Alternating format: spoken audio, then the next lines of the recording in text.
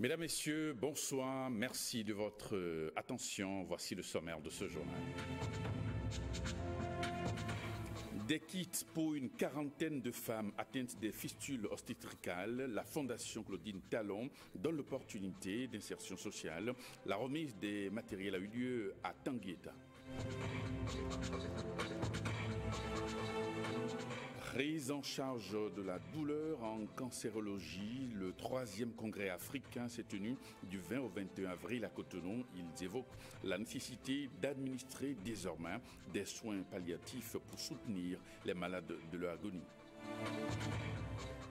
Soutien des artistes et acteurs culturels au programme d'action du gouvernement. Ils ont organisé ce samedi un point de presse bilan. Les travaux ont eu lieu au Stade de l'Amitié Mathieu Kéréko à Cotonou.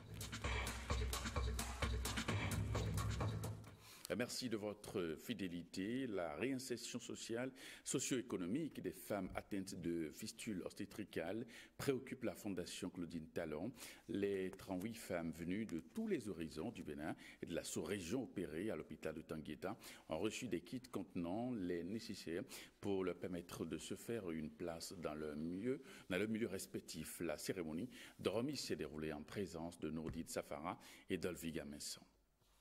Ces 38 femmes ont souvent été rejetées par leurs proches parce qu'elles sont porteuses de fistules obstétricales. Aujourd'hui, leurs fistules sont réparées et elles retrouvent le sourire, surtout avec cette visite de la Fondation Claudine Talon. La Fondation Claudine Talon a organisé une mission à Tanguieta. À l'issue de cette mission, il est apparu nécessaire d'appuyer les femmes soignées pour faciliter leur insertion sociale et économique. Je reviens aujourd'hui, au nom de la Fondation, remettre à chacune des 38 femmes opérées un kit comprenant des nécessaires utiles à la vie quotidienne. Nous allons assurer leur accompagnement de chacune de ces femmes pendant leur séjour ici à l'hôpital Saint-Jean-de-Dieu, jusqu'à leur retour dans leur domicile respectif. Le geste de la Fondation Claudine Talon donne la chance aux bénéficiaires de commencer une nouvelle vie. Bon, maman mito sisi dera Claudine Talon podo hagbetole podo medidetole ye flimi boy wana logo miton podo ntido temetemele akluno gberoto ena fliye. Grâce à la bonne volonté de beaucoup de gens auxquels aujourd'hui officiellement s'engage la Fondation Claudine Talon, je crois que ce fléau va diminuer et mon grand souhait est que ça finisse. La Fondation Claudine Talon compte s'appuyer sur les centres de promotion sociale pour pouvoir accompagner chacune de ces femmes dans une activité génératrice de revenus. Le Bénin a accueilli les 20 et 21 avril dernier le 3e congrès africain de prise en charge de la douleur en cancérologie. L'événement réunit plusieurs experts du domaine de la santé d'Afrique et d'Europe. Durant 2 jours, ils ont échangé sur la nécessité d'administrer les soins palliatifs aux personnes souffrant du cancer. Cécile Houndé, Edmond Bob, le reportage. Lueur d'espoir pour les personnes atteintes du cancer au Bénin. Le 3e congrès africain de prise en charge de la douleur en cancérologie s'est penché sur la nécessité d'intégrer les soins palliatifs dans les systèmes sanitaires des pays africains. Ces journées sont l'occasion de partager nos connaissances, partager l'évolution scientifique, contribuer à l'arrivée de ce beau médicament qu'est la morphine et qui soulage tant de monde et qui est en train de faire son entrée au Bénin. Et ces 2 jours ont permis des échanges constructifs pour mieux soigner les gens et les accompagner. Les chiffres sont sans embâche. Les personnes souffrant du cancer meurent dans des conditions déplorables. Les recommandations de ces assises de Cotonou visent à réduire sensiblement le calvaire des malades.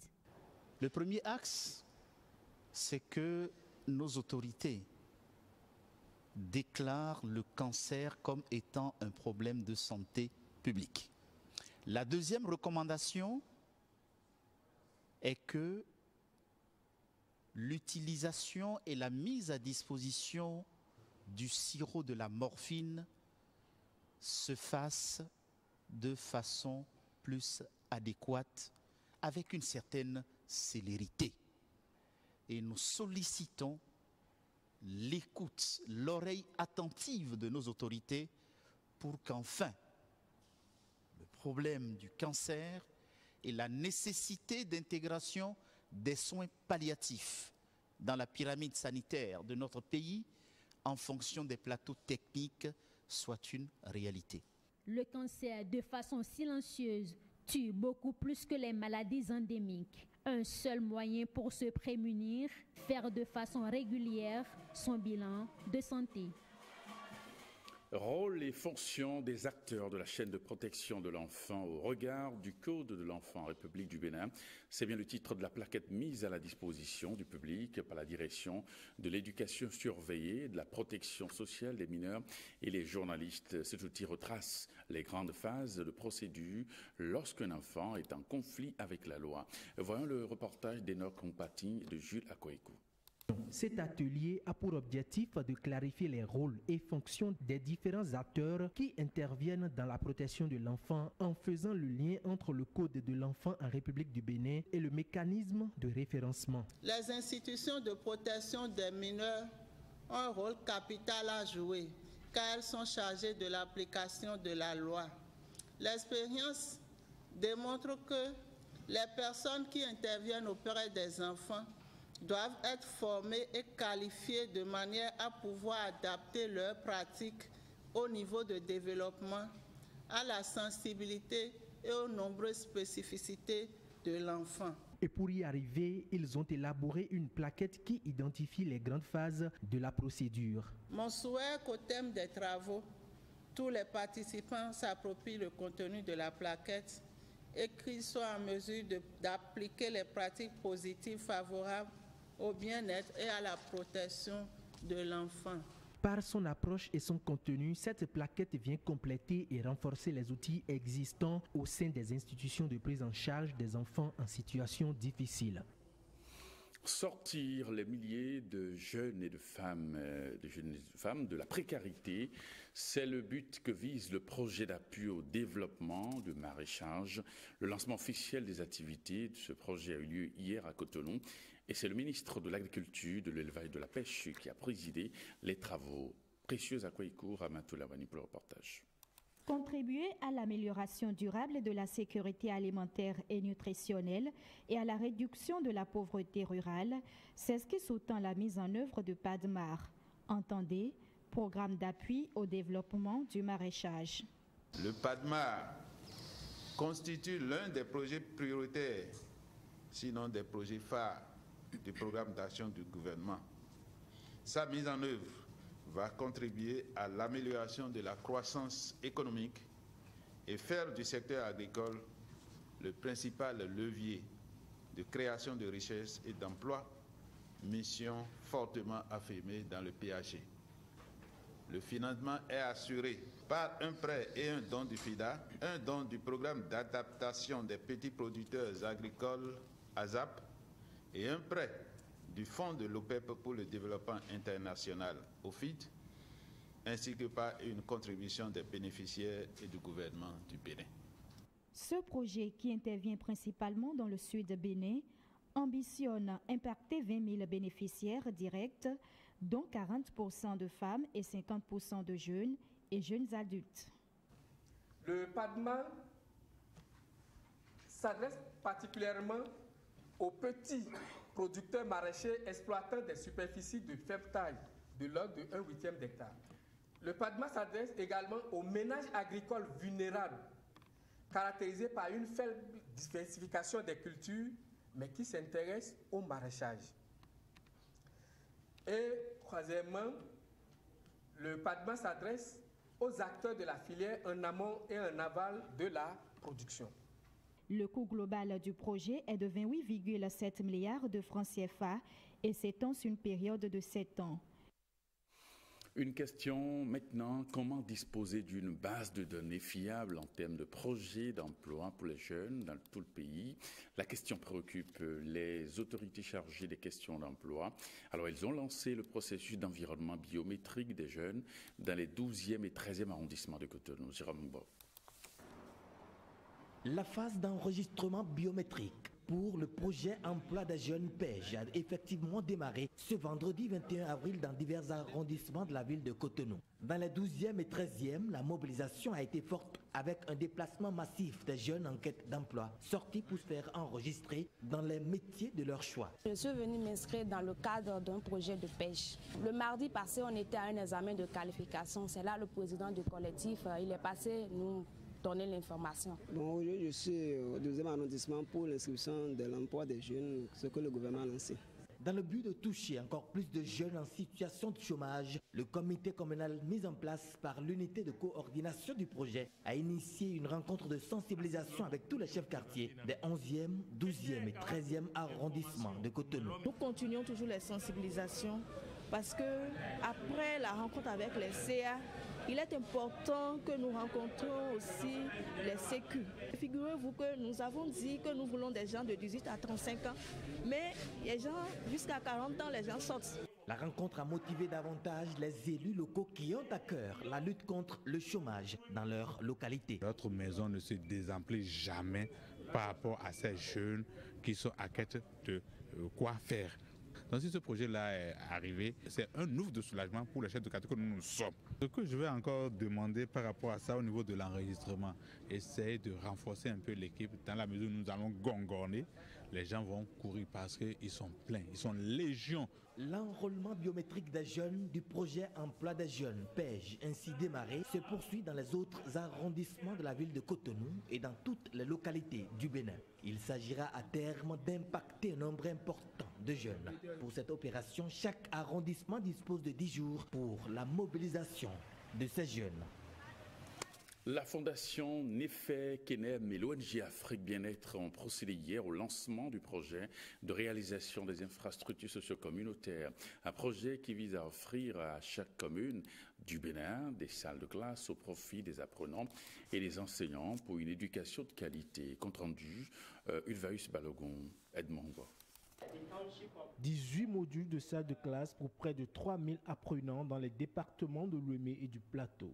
C'est la vision à court terme du projet de réalisation des infrastructures socio-communautaires PRISCO de la Fondation Nefer Kenem et de l'ONG Afrique Bien-être. La Fondation Nefer Kenem non seulement a pour but de contribuer au développement du bien-être par la réalisation des infrastructures socio-communautaires au fin de mettre nos apprenants et nos enseignants dans une meilleure condition de travail, mais aussi initie des projets novateurs au profit des élèves et étudiants et enseignants pour la promotion de l'excellence dans le secteur éducatif.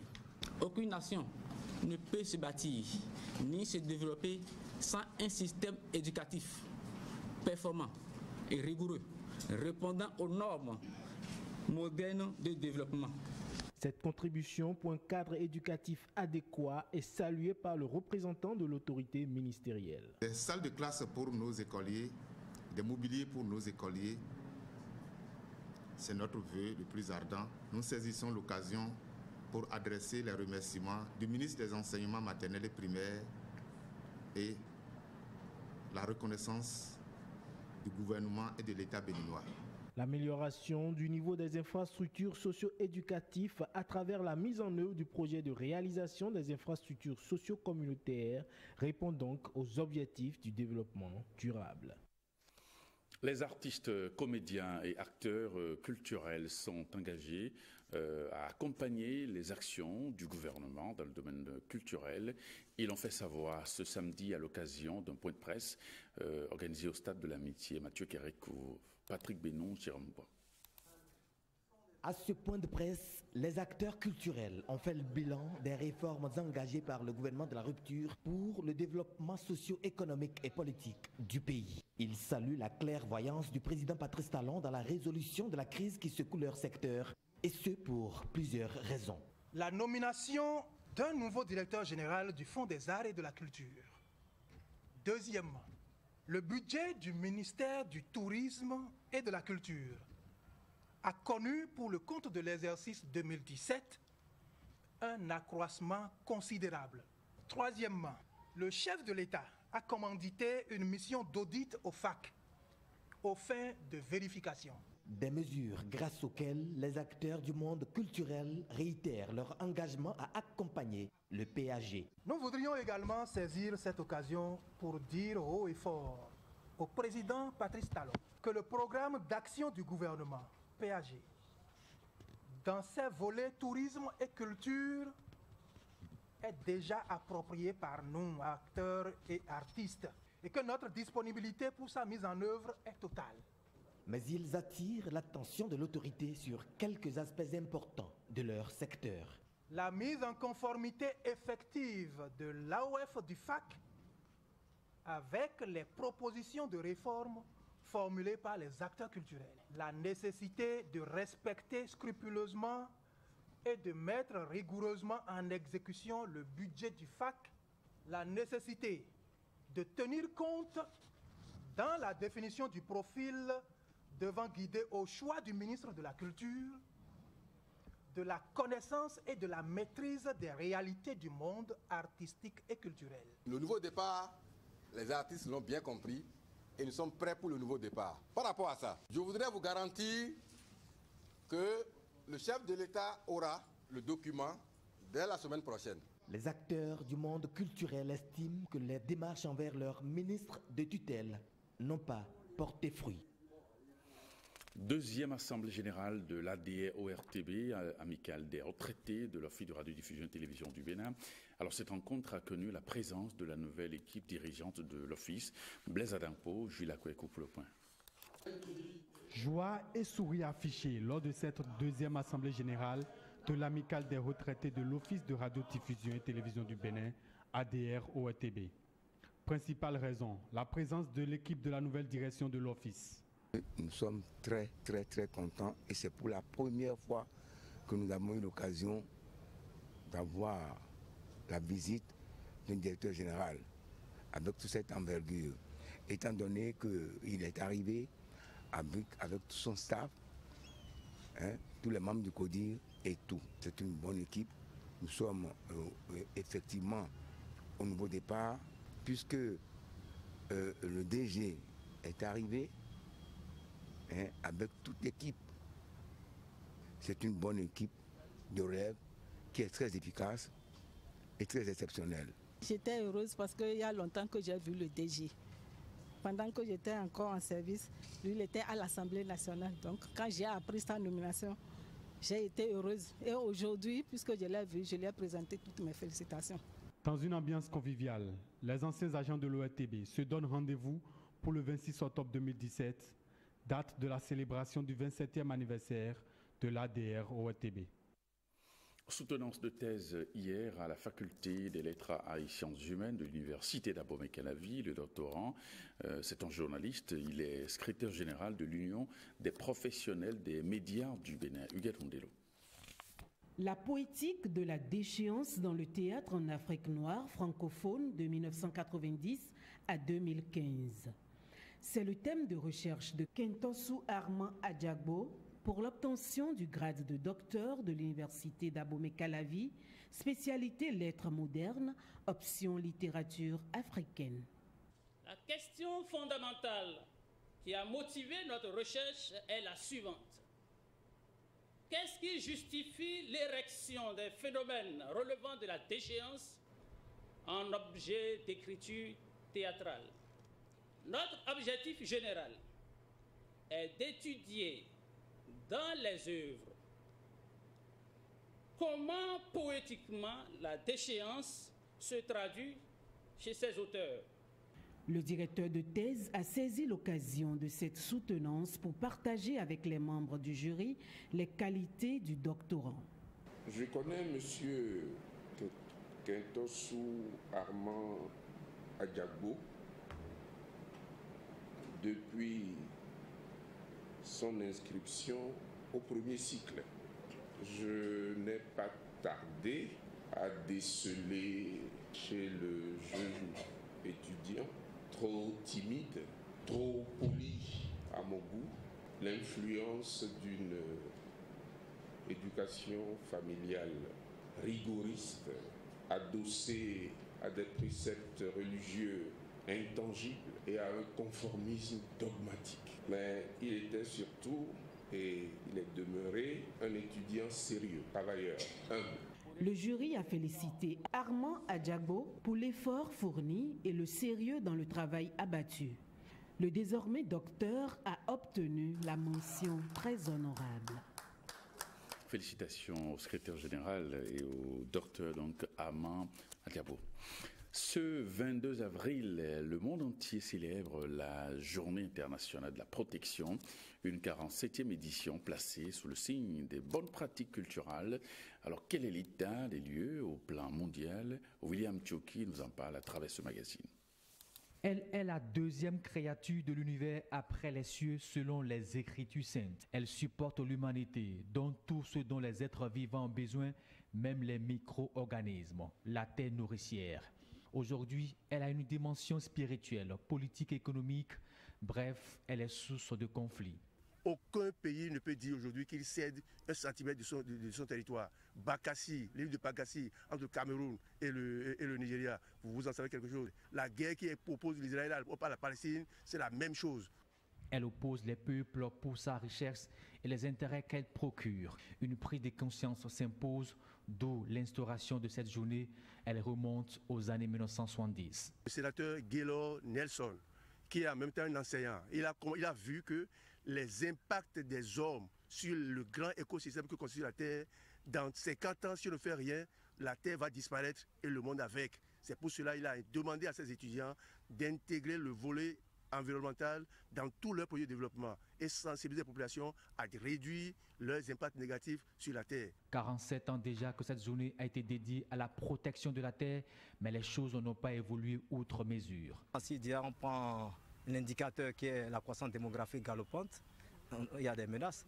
Il y a les fronts agricoles qui menacent sérieusement l'intégrité du territoire de nos aires protégées. On constate que les terres sont appauvries parce qu'on les a surexploitées. Et l'homme ayant besoin de cette terre est obligé d'utiliser aujourd'hui des produits, des engrais et autres, et dégrade encore plus la terre. La terre souffre de nos mauvaises pratiques culturelles. Elle est appauvrie par l'utilisation à forte dose de pesticides et d'engrais chimiques. Elle se meurt par endroits et sa réplique est le bouleversement climatique. On produit le coton en monoculture et en dévastant tous les arbres et en créant des déserts nous-mêmes. Et après, on dit changement climatique, changement climatique. C'est du n'importe quoi, c'est des comportements à proscrire. Nous devons produire tout en laissant les arbres en place. Détruire la terre, c'est creuser la tombe de l'humanité. Et pour ne pas atteindre cette extrémité foudroyante, un changement radical de comportement s'avère nécessaire. Les terres ne sont pas élastiques et la croissance démographique est galopante. Les terres sont la même superficie que le Bénin, c'est ça qu'on a depuis les années où le Bénin a été découpé par les colons. Et la population qu'on avait au moment où c'était découpé, on a peut-être le triple ou bien le 1 millionième de cette population aujourd'hui. Et toutes ces gens-là doivent pouvoir vivre de ces minimums de terre. Donc c'est la meilleure manière de pouvoir bénéficier durablement et longtemps et en laisser pour les générations futures, c'est de faire une gestion vraiment responsable et durable de cette aide. Le petit producteur, si on ne lui donne pas le minimum, si on ne le forme pas à utiliser la nature pour régénérer la nature, c'est que lui ne cherchera que des solutions moins durables, les produits chimiques. Et en fin de compte, ça se retrouve où? Ça se retrouve dans le plat de ceux qui sont riches. Et là, ce serait dangereux pour tout le monde. Hier, elle a supporté quelques hommes. Aujourd'hui, elle nourrit plus de 7 milliards d'êtres humains. Demain, elle fera certainement mieux, mais tout ceci dépend encore des hommes. L'opérateur GSM Move Bénin pense à sa clientèle. Il vient mettre à sa disposition de nouveaux services. L'annonce a été faite hier à Cotonou, au siège de l'entreprise. Témoin de l'événement, Ghislain Pogui, Calvados, Arwanou.